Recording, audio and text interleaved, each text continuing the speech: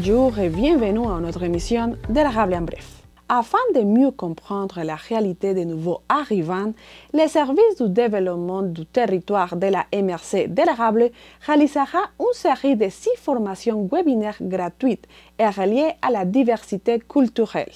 D'une durée de 1h30 chacun, ces formations s'adressent aux entreprises, responsables des ressources humaines, organismes et municipalités de la région de la MRC de l'Érable. Madame Sandra Vignon, conseillère au développement des communautés, assure que l'un des principaux objectifs de cette initiative est d'améliorer la consistance entre les cultures, car dans la région, il y a encore des cas de racisme, d'intolérance et de rejet des immigrants, malgré la prise de conscience sociale pour comprendre la nécessité que la région a pour ceux qui sont venus travailler et la richesse que cette communauté apporte au Québec. Bienvenue. Sandra, bonjour. Bonjour Sylvana. Sandra, et on va profiter justement que vous parlez des immigrants, de tous les sujets interculturels, pour parler des formations qui vont se développer ici dans la MRC de l'Érable pour démythifier l'inclusion des personnes immigrantes. De quoi il s'agit? En fait, c'est suite à à un plan d'action en immigration qu'on appelle le PAC chez nous dans notre jargon. Le PAC se trouve à être le programme d'appui aux collectivités du ministère de l'Immigration, Francisation et Inclusion, je crois. Le MIFI, qu'on va appeler après. L'argent que le gouvernement nous donne pour créer ces plans d'action-là, on s'en sert à différentes activités. On s'en sert pour organiser ces formations-là, entre autres. Formations qui ont été mises sur place pour venir susciter de la réflexion, apprendre des différentes façon de travailler avec notre communauté, comme je disais tout à l'heure, qui est de plus en plus internationale. C'est fascinant de voir quand on se promène, de voir qu'il y a autant de diversité dans notre communauté, là. Moi, je trouve ça très agréable. Mais quand on parle des formations, bien, c'est ça. C'est de l'inclusion sur la diversité culturelle. On en a une en entreprise. Parce que oui, on vise les entreprises parce qu'on sait qu'il y a beaucoup de travailleurs étrangers qui arrivent ici. Mais il y a aussi des organismes qui n'ont pas de personnes issues de l'immigration dans leur équipe de travail, mais qui doivent donner des services à une clientèle issue de l'immigration. Donc, c'est différent comme approche. C'est pour ça qu'on a fait une série d'ateliers pour répondre à différents besoins.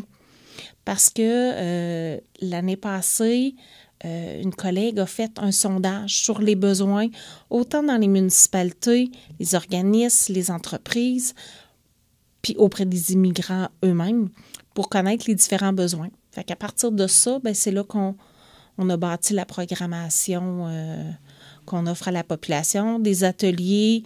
Un des programmes de formation qu'on a, c'est 6 webinaires qui a lieu via le web. Les gens sont confortables dans leur entreprise ou au bureau de 8h30 à 10h le matin. On part la journée avec ça. On écoute la formation, on peut poser des questions. Puis, il y a une thématique qui est différente d'une journée à l'autre. Puis, c'est une formation qui est une fois par mois. Fait que les gens ne sont pas obligés de s'inscrire à toute la série, parce que c'est 6 formations, mais ils peuvent. Fait que, ça se peut que la personne, la formation qui a lieu au mois de mars n'est pas disponible, mais elle peut prendre les autres formations.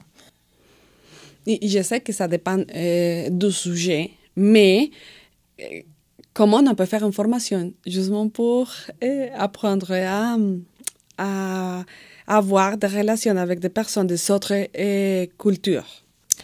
En fait, c'est pas moi qui la donne, la formation. On va chercher des ressources qui ont de l'expérience, justement, en accompagnement des communautés pour diverses façons de travailler parce que il y a des règles de jeu dans une société qui sont intangibles, des façons de faire qu'on a puis qu'on ne se rend pas compte. Tu sais, toi, quand tu es arrivé au Québec, ben tu savais peut-être pas que, je sais pas, nous, c'est fréquent d'envoyer nos enfants à la garderie. Bon, j'ai dit ça comme ça. Peut-être que chez vous, ben la maman reste à la maison jusqu'à temps qu'il y ait l'éducation avec l'école. Ben nous, au Québec, la maman, la plupart du temps, qui est à la maison avec l'enfant, retourne travailler au bout d'un certain temps. Bon, mais ça, c'est pas parce qu'on n'aime pas nos enfants, c'est parce que c'est comme ça. Fait que, tu sais, c'est une façon d'apprendre l'un et l'autre. Fait que nous, en sachant que, je continue sur cet exemple-là, que vous, c'est pas dans vos façons de faire, mettons, en Colombie, ben moi, je vais comprendre que c'est pas parce que t'es fainéante, que t'as pas le goût de travailler, que c'est pour ça que t'amènes pas ton enfant à la garderie. Tu comprends? Fait que c'est un peu de démystifier, de faire tomber des préjugés. Tu sais, c'est pas parce qu'un immigrant arrive non plus qu'il est obligé de faire 60 heures par semaine. C'est un être humain comme un autre qui a le droit au Québec d'avoir 2 journées de congé par semaine. Tu sais, si la semaine de travail, c'est 40 heures dans une entreprise, ben c'est 40 heures pour tout le monde. Tu sais, fait que il y a beaucoup encore de préjugés comme ça. On voit se poindre encore du racisme. Fait qu'on veut essayer de contrer ça pour mieux vivre ensemble. Tu sais, c'est un petit peu comme tout à l'heure, on parlait avec la démarche Être mieux ensemble. C'est de la bienveillance entre les citoyens, ben c'est un petit peu comme ça. Tu sais, c'est pas de donner des leçons aux nouveaux arrivants, c'est pas de dire aux employeurs, ben t'agis mal, c'est plus de s'outiller pour créer une belle communauté qui va être fière de ce qu'elle est, qui va inclure ces nouvelles personnes qui arrivent, qui viennent de Valleyfield ou qui viennent du Congo. Il y a une différence. Puis cette différence-là, faut faire avec, faut l'accepter, puis il faut travailler ensemble pour que les gens puissent avoir du plaisir à cohabiter. Fait que c'est un petit peu ça, le programme de formation qui est axé, celui-là, plus au niveau de l'entrepreneuriat, mais on a d'autres activités pour toute la communauté. Puis là, c'est là qu'on va inviter les gens... ceux qu'on appelle les monsieur, madame, tout le monde, là, à venir à ces activités-là. Puis, on va inviter aussi les nouveaux arrivants pour qu'on puisse avoir des échanges entre eux. Ça, c'est des activités qui vont avoir lieu un au mois de mai, un au mois d'octobre. C'est des 5 à 7. Il reste des petites choses à finaliser pour l'organisation, mais la formatrice a déjà trouvé. C'est des activités où les gens vont devoir se mettre à la place de l'autre.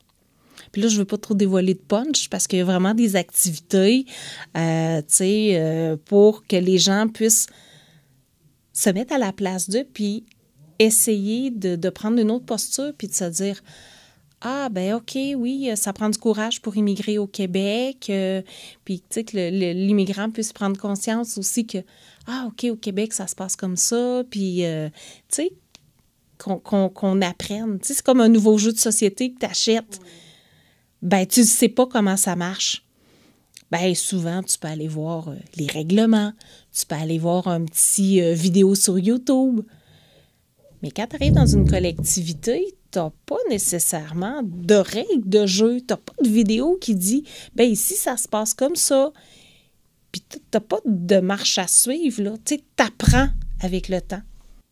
Oui, et justement, je vais parler des formateurs ou des formatrices. Quel genre de personnes vont donner ces formations justement pour trouver ces points natifs, mais aussi un peu de l'immigrant?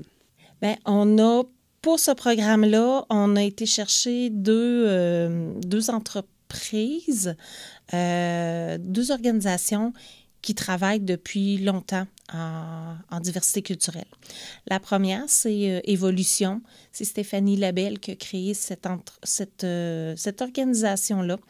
est plus du côté Rive-Nord de Montréal. C'est pour ça qu'on la prend en webinaire. Elle était déjà venue l'année passée faire un atelier un peu d'exploration. On l'avait reçue dans nos bureaux à la MRC. Là, cette année, ben là, on la réembauche, mais pour tenir des webinaires, pour aller... parce qu'elle, c'est une ancienne enseignante. Elle a ses façons de faire, de la pédagogie, tout ça. Donc, on l'a engagée. Puis, on a engagé une autre firme que beaucoup connaissent aussi, qui est Autrement d'ici, avec Suzy Yo. Suzy qui vient, je crois, de la Mauricie, mais qui a toujours baigné dans un milieu très diversifié. Suzy, elle a une équipe aussi de différents formateurs qui se promènent à travers le Québec. Et là, je crois que c'est elle qui va être là lors des 5 à 7 pour vraiment nous mettre dans le bain. Mais on a une autre activité qui aura lieu le 15 avril, qui est sur toute la journée. Cette activité-là, elle est plus dédiée aux municipalités, aux organismes communautaires qui accueillent ou au commerce, admettons, qui aurait une clientèle qui est plus diversifiée. Parce que souvent, ils n'ont pas d'équipe de travail avec des gens issus de l'immigration, mais ils ont cette clientèle-là qui doivent accompagner, puis expliquer, qui arrivent des fois avec un bagage, puis qui connaissent pas trop les ressources du Québec. Fait que vraiment un atelier où on va démystifier encore le matin, qu'on va parler de différentes postures à adopter. Puis dans l'après-midi, ça va être de créer des outils pour se donner des outils pour qu'on puisse mieux offrir des services. Je te donne l'exemple, les CPE. Je sais que dans les dernières années, ils ont développé des affiches, ce qu'on appelle des posters, avec des affiches avec des pictogrammes où il n'y a pas de mots nécessairement, où tu vois un enfant qui passe par différentes étapes pour s'habiller. Parce qu'au Québec, l'hiver, surtout ces temps-ci, ça te prend une tuque, un foulard, des mitaines, des bottes, un manteau, puis ton pantalon de neige, parce qu'il fait très froid. Mais tu sais, ça prend tout ça. Puis ça, à chaque année, même les parents aux écoles, on le sait, à la garderie, on reçoit le papier. Mais tu sais, le petit temps, ils nous le disent, là, adaptez vos vêtements à la saison froide. Puis au printemps, là, apportez des rechanges parce que là, tes mitaines vont être mouillées, puis il faut que tu changes tes bas. Fait que c'est ça le Québec, l'hiver, le printemps, changement de saison. Fait qu'il y a ces pictogrammes-là dans les écoles, pas dans les écoles, dans les milieux de garde, pour justement que l'enfant puisse voir, OK, là, je mets pas ma tuque en premier nécessairement, je la mets à la fin, je mets pas mes mitaines, je le mets après le manteau. Fait il y a comme une séquence. Puis il y a d'autres choses comme ça, des outils qui ont mis en place pour justement que ça soit facile, juste avec des pictogrammes, de le voir, sans parler nécessairement le français encore, mais que le tout petit, il est capable d'apprendre. Fait que, à force de se le faire répéter, il va pouvoir dire manteau, mitaine, comme n'importe quel autre enfant qui apprend à parler. Sauf que là, quand lui, il retourne le soir, il y a les odeurs, il y a les voix de ses parents, il y a le langage, la langue que ses parents parlent. Mais quand il est à la garderie, c'est pas ça. C'est un peu déstabilisant. Fait que c'est des choses comme ça qu'on veut essayer de faire avec les différents organismes pour que la clientèle se sente bien puis qu'en même temps, elle se sente inclue dans la collectivité. Fait que c'est pour ça qu'on veut faire des allers-retours. On veut savoir aussi ce que les immigrants ont besoin quand ils arrivent ici. Fait que, tu sais, on le sait que c'est pas toujours facile. Là, les différents programmes gouvernementaux ont beaucoup changé. Fait qu'il y a beaucoup d'adaptations qui doivent se faire dans nos milieux aussi, autant dans nos entreprises. Fait que c'est tous des beaux sujets qu'on va parler dans la prochaine année. Et par rapport à la langue, si on parlait d'inclusion, comment ça va marcher? Parce que c'est sûr qu'il va y avoir des immigrants qui ne parlent pas français. Est-ce qu'il va y avoir peut-être des traducteurs? Pour le moment, je ne crois pas qu'il va y avoir de traducteurs parce que Comment que je dirais ça? Habituellement, quand on est sur des programmes gouvernementaux du Québec, il n'y a pas d'argent qui vient pour les traductions parce que le gouvernement prône la francisation. Par contre, comme on le sait qu'il va y avoir des gens qui vont peut-être avoir plus de difficultés avec la langue française, bien, on adapte dans le sens où on va parler plus lentement. T'sais, on veut que ça soit une soirée aussi pour eux. Puis souvent, dans ces rencontres-là, il y en a toujours un ou deux qui a une plus grande facilité, puis qui fait des traductions. Puis on fonctionne par signe, on se fait des beaux sourires, puis on s'encourage. Tu sais, pour l'avoir vu en atelier de cuisine mexicaine avant les fêtes, j'étais avec beaucoup d'hispanophones.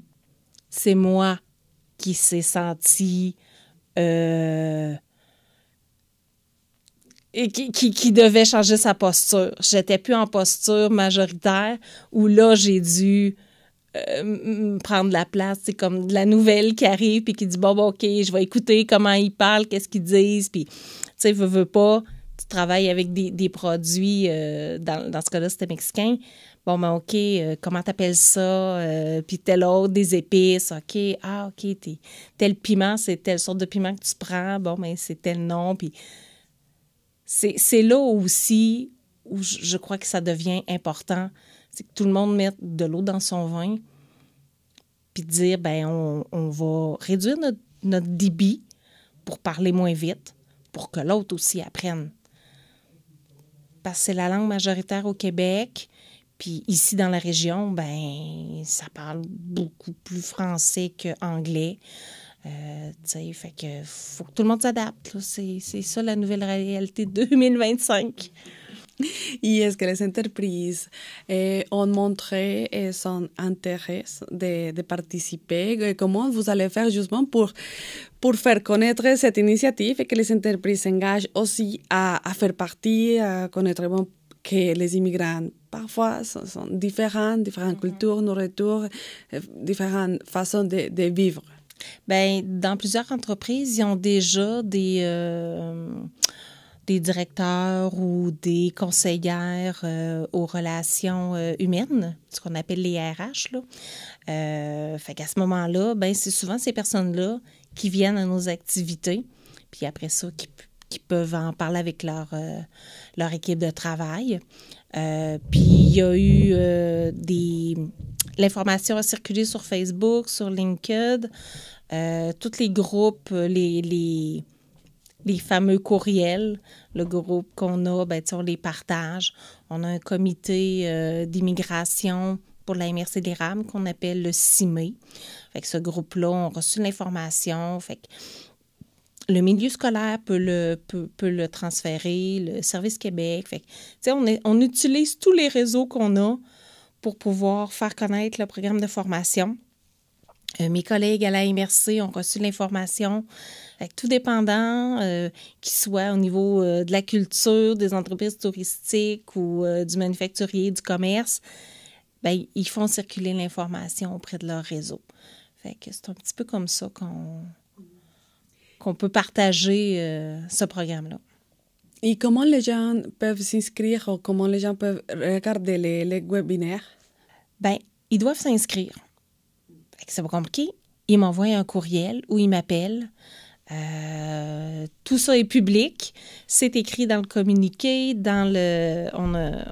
Notre service de communication a fait un beau petit prospectus. Toutes les informations sont là. Puis jusqu'à maintenant, ben c'est pas compliqué. Les gens m'écrivent personnellement avec mon adresse du bureau. Ils me disent quelle formation ils veulent suivre. Moi, je confirme avec eux. Puis quand ça va être le temps, mais je vais envoyer le lien Teams. Fait qu'il faut vraiment que les gens s'inscrivent parce que c'est par Teams. Les gens, sinon, c'est pas c'est pas comme tu ouvres la télé puis poup, l'émission commence. Là. L'émission commencera pas si tu t'es pas inscrit ou si tu m'as pas appelé. Fait que moi, ça me permet aussi de voir quel type de personnes s'inscrivent. C'est assez diversifié. Tu J'ai des collègues qui se sont inscrits parce qu'ils ont travaillé avec ces clientèles-là parfois. J'ai des groupes communautaires, j'ai des municipalités qui travaillent au loisir. Puis j'ai des gens, justement, des RH dans les entreprises. Et que c'est assez varié. Et quels résultats, Madame Sandra, vous aimeriez avoir après les webinaires et après les ateliers?